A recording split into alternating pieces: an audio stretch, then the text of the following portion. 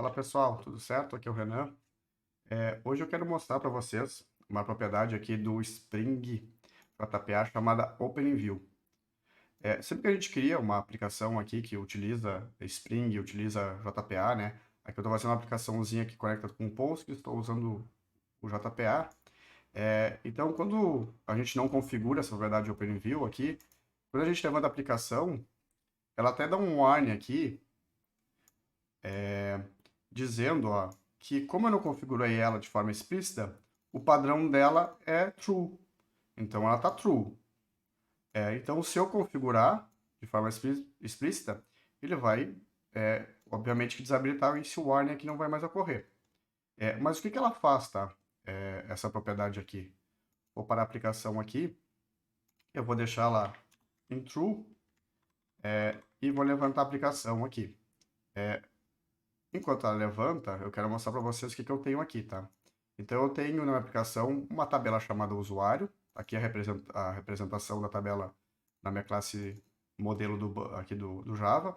Então tem um ID aqui, algumas informações do usuário, o mais importante é que ele tem uma lista de memórias, tá? Então quando eu faço uma query para retornar um usuário específico, ele vai retornar essa lista de memórias junto, a não ser que eu diga, especifique eu não quero. Tá? Então eu tenho aqui um repositório de usuário. Esse repositório aqui, ele tem dois find, e os dois são exatamente iguais. Os dois me retornam a partir de um ID e um usuário. A diferença é que esse tem uma anotação, passando o memories, que é um atributo que eu tenho user, né, que é chamado memories aqui, ó.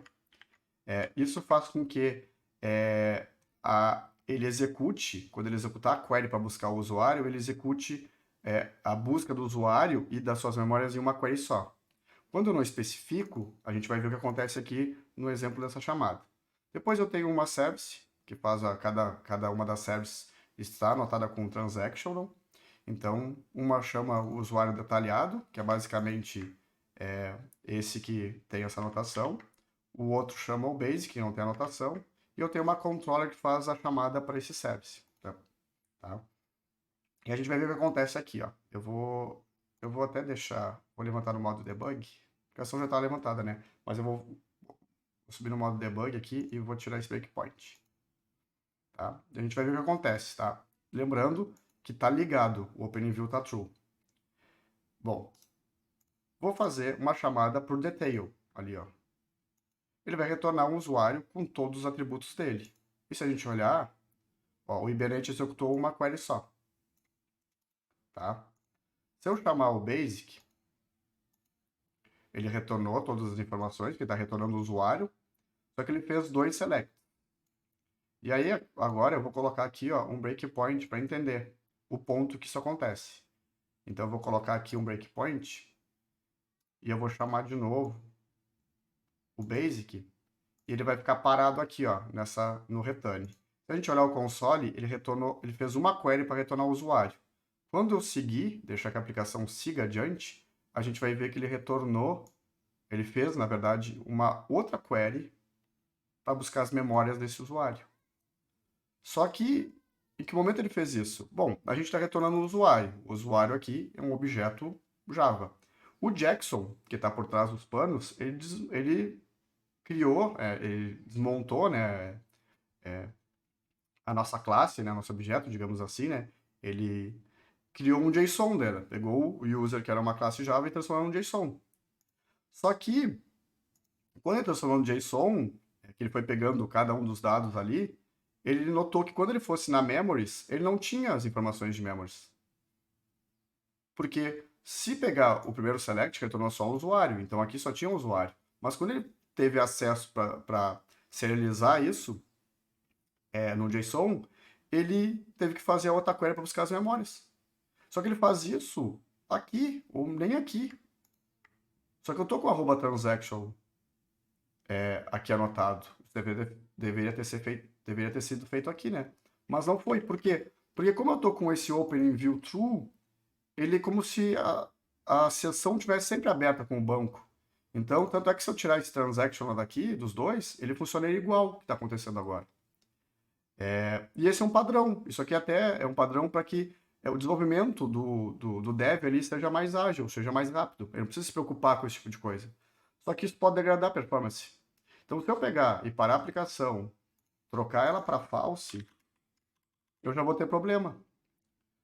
Ó, então eu vou parar aqui. Vou rodar numa debug. Ó.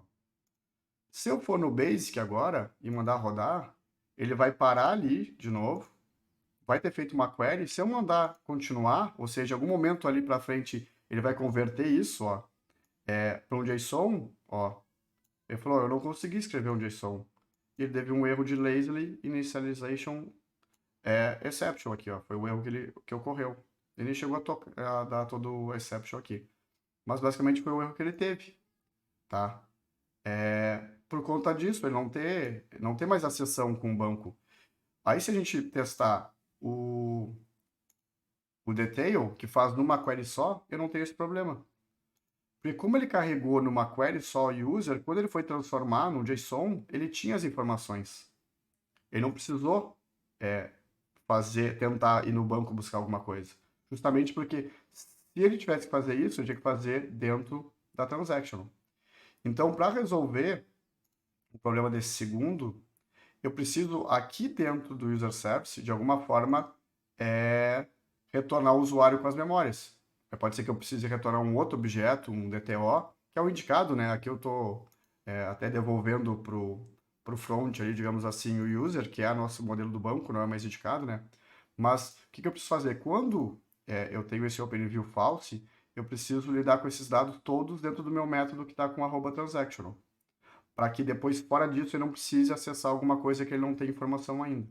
Então aqui eu deveria resolver isso. Olha, eu tenho um usuário, quero retornar as memórias, bom, então eu vou acessar as memórias aqui, para ele fazer a segunda query aqui e eu retornar isso aí para quem está chamando.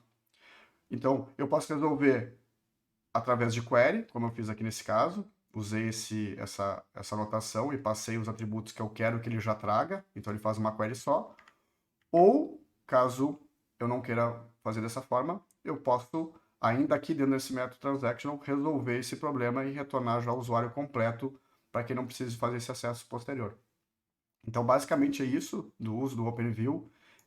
Dependendo do que a gente está desenvolvendo, acho que faz sentido deixar o true e não se preocupar com isso, mas daqui a pouco a gente já está num ponto da aplicação aí que pode ser que ela degrade performance, vale a gente passar para false e resolver esses acessos ao banco aí de uma forma mais otimizada através de métodos, né, com a utilização do @transaction aqui.